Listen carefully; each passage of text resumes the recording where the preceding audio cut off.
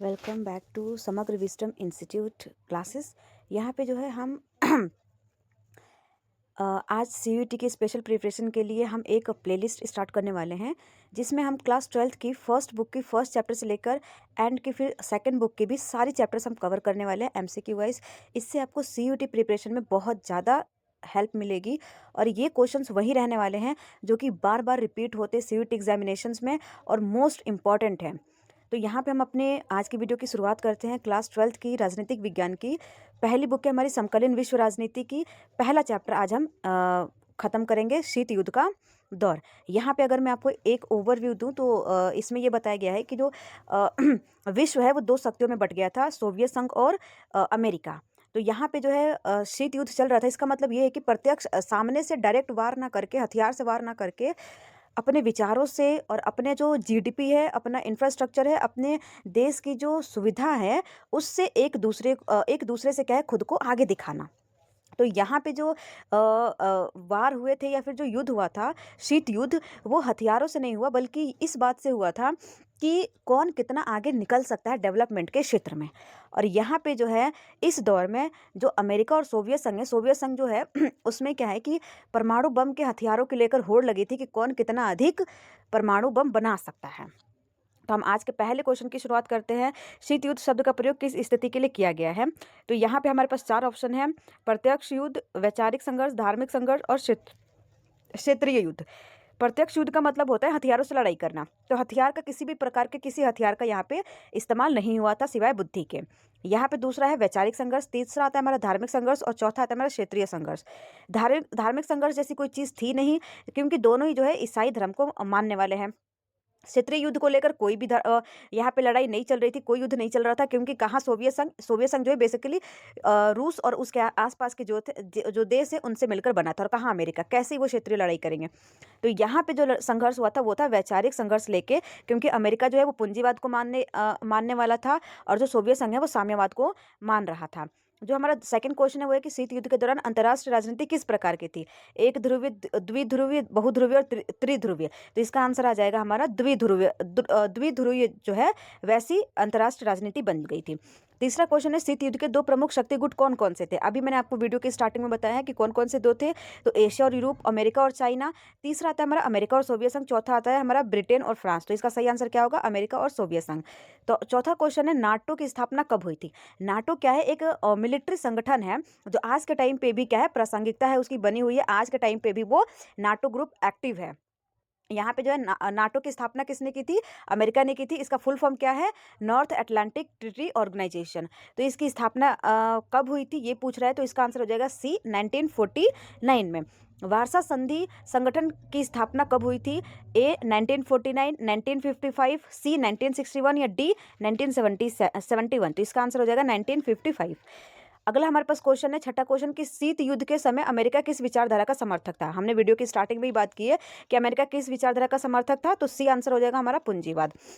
अगला है हमारा सोवियत संघ किस विचारधारा का समर्थक था? तो इसका हमारा हो जाएगा साम्यवाद को, जिसमें क्या होता है कि पूरी जो जरूरत है वो किस पे आ जाती है हमारी, फिर सरकार जो है वो पूरी जो बेसिक बुनियादी सुविधा भी है वो सरकार प्रोवाइड करती है। अगला है हमारा क्यूबा मिसाइल संकट किस देश से संबंधित था? तो ये क्यूबा से संबंधित था, आंसर होगा बी। अगला क्वेश्चन है हमारा क्यूबा मिसाइल संकट किस वर्ष घटित हुई थी? तो ये हुआ था हमारे 1962 में।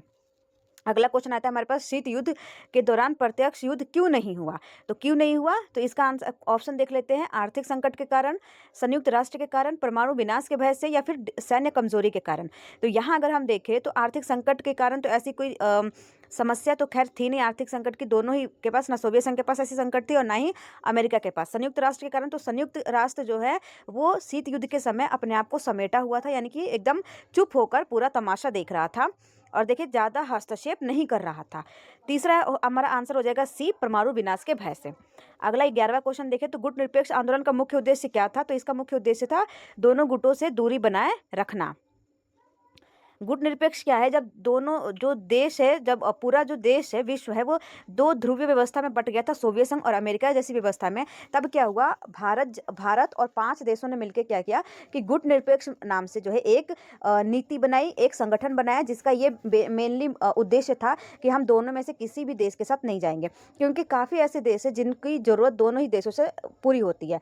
जैसे अगर टेक्नोलॉजी या फिर कंपनीज वगैरह की देखी जाए तो अमेरिका की जरूरत पड़ती है, और वहीं अगर पेट्रोल या गैस की बात की जाए, प्राकृतिक गैसों की, तब हमें रूस की जरूरत पड़ती है। तो ऐसे में अगर हम किसी एक शक्ति के साथ जाते हैं तो वहाँ पे दूसरी शक्ति क्या है, बुरा मान जाती है। तो और लेकिन हमें तो कई देश ऐसे, भारत भी खुद ऐसा ही है, जिसको क्या है कि अमेरिका और रूस दोनों की जरूरत पड़ती है। तो ऐसे में उस समय भी क्या था कि ऐसे देश थे भारत सहित जिनकी जरूरत सोवियत संघ से भी थी और अमेरिका से भी थी। इसलिए उन्होंने क्या किया कि गुट निरपेक्ष नाम से एक अलग से नीति बनाई, जिसका ये मतलब था कि हम दोनों में से किसी भी शक्ति के सहयोग ना खिलाफ जाएंगे और ना उनके साथ जाएंगे।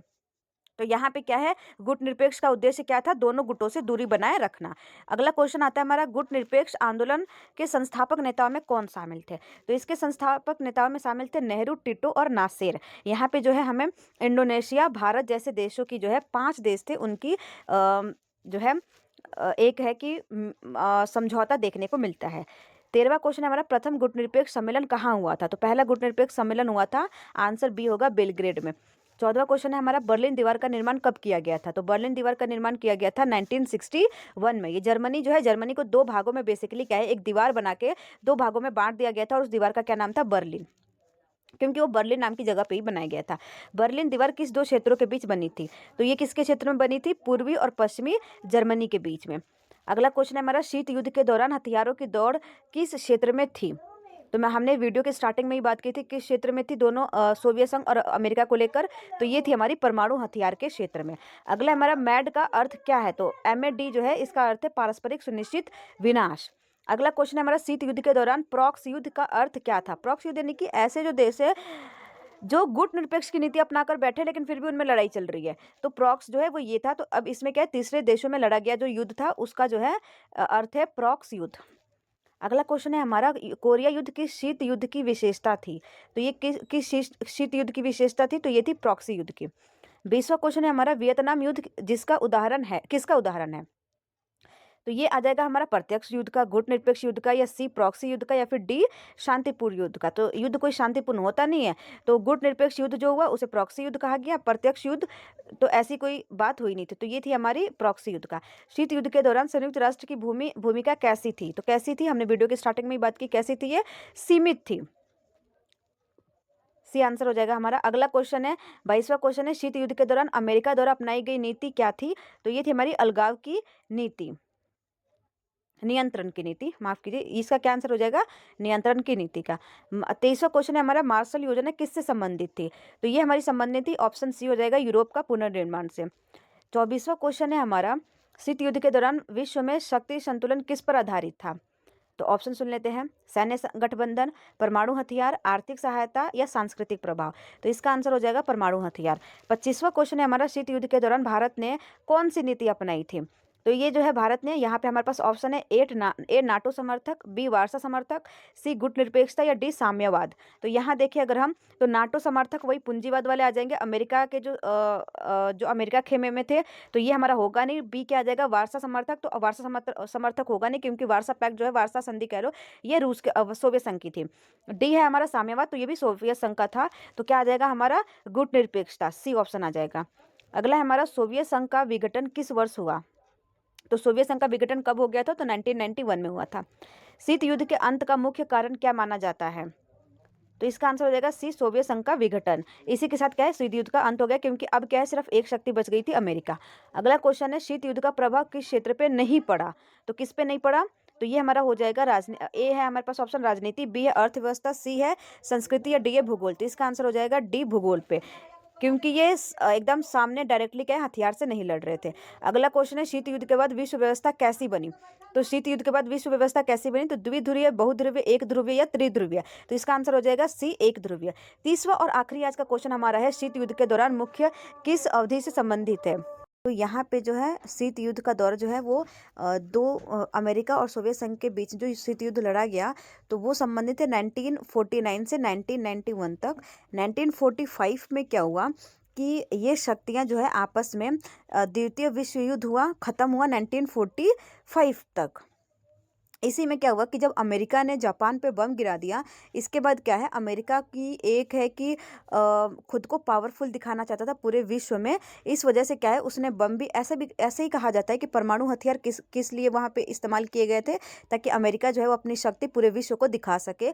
अब यहाँ पे जो है पहले जो एक ही गुट में शामिल थे सोवियत संघ लगभग, और क्योंकि 1971 तक क्या है, फिर 1917 तक 1917 तक क्या है कि फिर सोवियत संघ बन चुका था।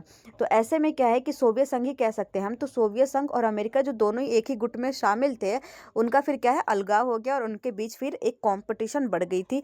1991 में क्या हुआ कि सोवियत संघ जब विघटित हुआ, जब पूरी तरीके से जो है ख़त्म हो गया ऑफिशियली तौर पे, आधिकारिक तौर पे, तब जाकर ये कह सकते हैं हम कि अमेरिका जो है वो एक महाशक्ति के रूप में विश्व के सामने आता है। तो शीत युद्ध कब से कब तक चलता है, तो 1945 से 1991 तक। आपका आज का होमवर्क ये रहेगा, आप कमेंट सेक्शन में बताएंगे हमें कि सोवियत संघ में कितने देश जो है वो मिले हुए थे, यानी कि सो सोवियत संघ में कितने देश शामिल थे। तो ये आप कमेंट सेक्शन में बताएंगे। आज के लिए इतना ही।